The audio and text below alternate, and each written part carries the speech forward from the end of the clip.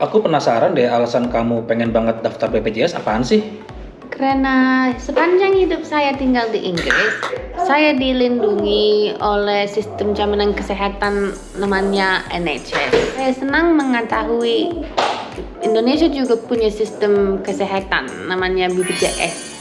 Karena punya sistem kesehatan nasional berarti semua orang gak usah khawatir kalau sakit dan harus bayar tagihan kesehatan yang mahal. Alhamdulillah saya sudah terdaftar BPJS, itu bikin saya lebih tenang karena saya dilindungi oleh BPJS.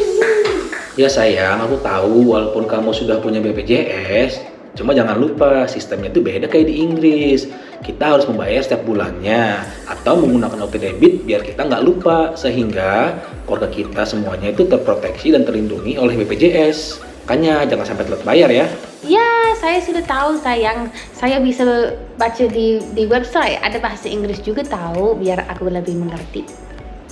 Ayo, buat kalian yang belum punya BPJS, buruan segera daftar. Istri saya aja yang orang Inggris punya BPJS.